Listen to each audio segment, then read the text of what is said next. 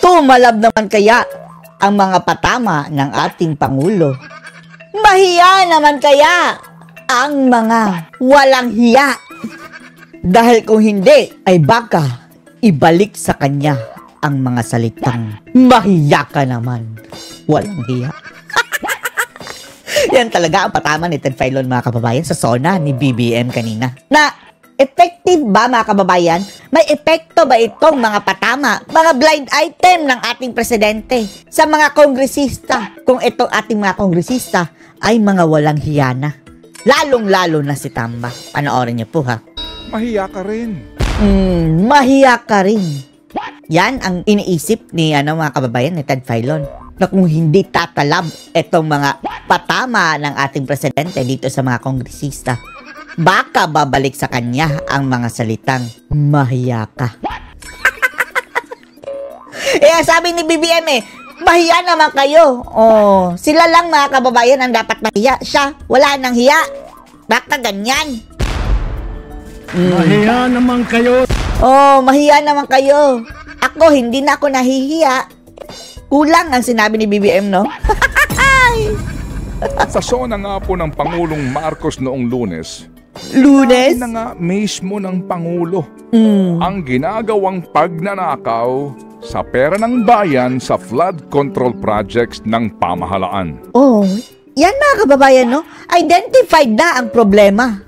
Ang kulang na lang sa kanila, mga kababayan, ay kumilos, tugisin, panagutin ang mga taong sangkot dyan sa nakawan, kurakutan.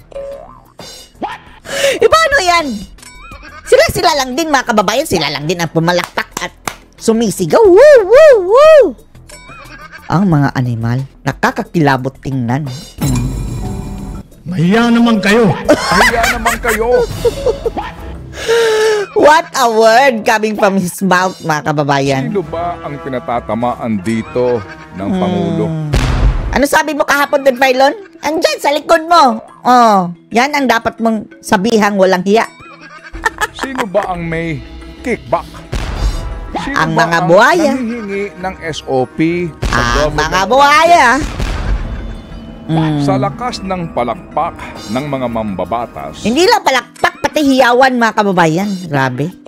Standing ovation pa. Habang sinasambit ng Pangulo ang mga salitang Mahiya. Initiative, Kickback. SOP. Siguro, mga kababayan, ang dinig ng mga buhaya, no, is, dadami ang iyong kickback. Mga SOP ninyo, dadami ang initiative. Hiyawan sila lahat. Na as if, mga kababayan, nagpapa-inosente. Akala mo kung sino mga malilinis. Diyos ko.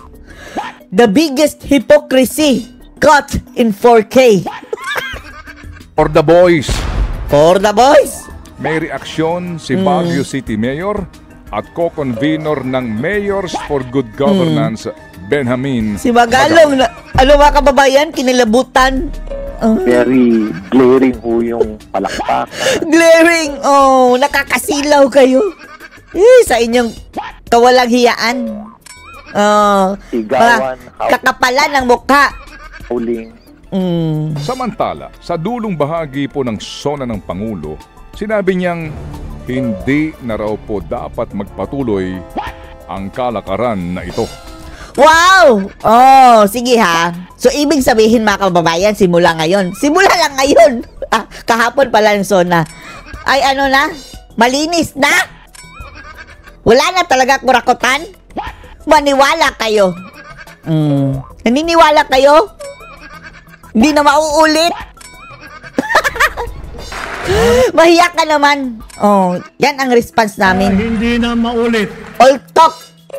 Kung dati-rati, mga kababayan, mayroong oplan tokhang. Ito, oplan tok lang.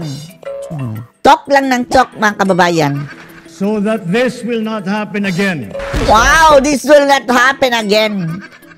Ito daw ng Pangulo ang listahan ng Kailan? palpak na flood control projects. Kailan? Pati na mga ghost projects. Sige ha, asahan natin yan, mga kababayan ha. Isa sa publiko. Baka katulad lang din yan yung sinapublikong mga drug-free daw na barangay ni mga kababayan. Claire Castro na hindi mo mahagilap kung saan-saang barangay. nilagay lang, Region 1, ito, number. Walang individual na pangalan ng barangay, and then, maraming mga blankong papel na bond paper lang. Diyos ko! Baka ganyan na lang din ang pagsasapubliko niyan. Budol na naman, in short, mga kababayan. Nasa publiko raw ang mga audit na gagawin sa mga proyektong ito. Sige ha. At sa mga susunod na buwan, makakasuhan ang lahat ng... Lahat ha? Kapag hindi yan kasali si Tamba, hindi lahat. Buladas na naman yan, BBM. Dapat lahat. mga may sala. Pati na, Kasama siya mga kababayan. Bakit niya pinirmahan ang blankong GAA? And then, ang sabi niya, hindi na daw niya kilala mga kababayan. Yung isinabmit sa kanila na budget. Ibang-iba sa kanilang ni-request. Pinirmahan mo. Kasali ka sa makakasuhan. Dapat ma-impeach ka na, BBM. ang mga kasabwat na kontratista sa buong bansa. Tapos ang kontratista mga kababayan, yung mga kongresista lang din. Pamilya nila. Yan ang kanilang modus. Kaya yung mayaman. Malalaman daw ng taong bayan ang buong katotohanan. Buong katotohanan. Ang buong katotohanan nga. Kayo-kayo lang din ang pasimuno ng mga kalokohan. Mga salita ng Pangulo. Palpak! Sabi niya mga kababayan. Ang mga flood control na palpak! Yung iba guni-guni lang. Diyos ko. Tapos, pinagmayabang na. Last year mga kababayan, 5,500 flood control. Budol. Ito na, siya na mismo ang umamin budol. Mga pangako na naman niya. Pangako na naman. Mere words. Empty words, mga kababayan. Lies! Yan ang proper na description. Lies. Matupad kaya? Hindi! Asa pa kayo? Hindi kaya? Hindi. Kung hindi, baka ibalik sa kanya ang mga salitang mahiya ka rin. Mahiya ka rin. BBM, makinig ka natin, Philon, Baka maibalik sa'yo yung mga salitang mahiya ka rin. Ewan na natin kung mahiya pa ba mga kababayan dahil ang sabi niya ay, mahiya kayo. Kayo na lang ang mahiya. Pero ewan na natin siya mga kababayan, bakit hindi niya sinali ang kanyang sarili? Diba dapat mahiya naman tayo? Dahil kasali siya sa gobyerno Siya ang driver mga kababayan. Hindi mangyayari yan kung nagtinulang ang presidente mga kababayan, diba? Parang ngayon lang niya na laman yan. Hindi siya kasali sa gobyerno. Na nagmemeron lang siya mga kababayan. Nasasabihin niyang mahiya naman kayo. Parte ka nga ng... Ay, Diyos me. Lumahiya ka rin kung mayroon ka pang hiya, BBM. At habang aasa na naman po ang taong bayan sa mga pangakong ito, Pangakong mapapako. tumalab naman kaya ang mga patama ng Pangulo. Obviously, hindi tumalab. Kung tumalab yun, dapat tahimik silang lahat mga kababayan at nagsiyukuan. Pumalakpak pa mga kababayan at naghiyawan. The cringe. It's a height of hypocrisy and mockery. Mahiya naman kaya Ang mga walang hiya. walang ya. Hindi. Obviously, hindi. Ano sa palagay niyo? Nada. Sabi mo, Think about it. Nada. Huwag ka nang mag-think. Kita-kita na. Klarong-klaro. Hindi nahihiya ang mga walang hiya. ito ng isa, nakakalula yung mga perang winawaldas. Kung napupunta lang sana sa tama. Kahit 1.4 billion pesos per day. Yan ang sabi ni Amy Marcos mga kababayan. Ang napupunta sa flood control per day. 1.4 billion. Baka kagawa ka na ng napakalaking pader niyan mga kababayan.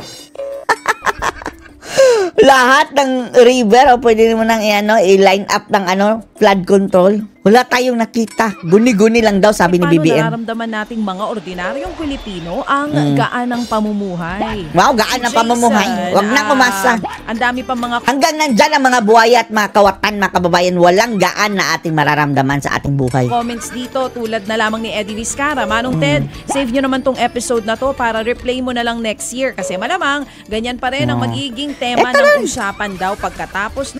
After this, mga kababayan, imbestiga na naman. Iimbestigahan. Ito, flood control. Magagalit na naman tayo. And then, makakalimutan Nakakalimutan. Ang resulta ng investigasyon mga kababayan, magbibigay na naman sila ng karagdagang pondo para sa flood control and then, gumastos na naman tayo.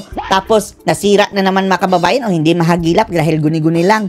And then, next year, babaha na naman. And then, iimbestigasyon na naman. And then, bibigyan na naman ng pondo.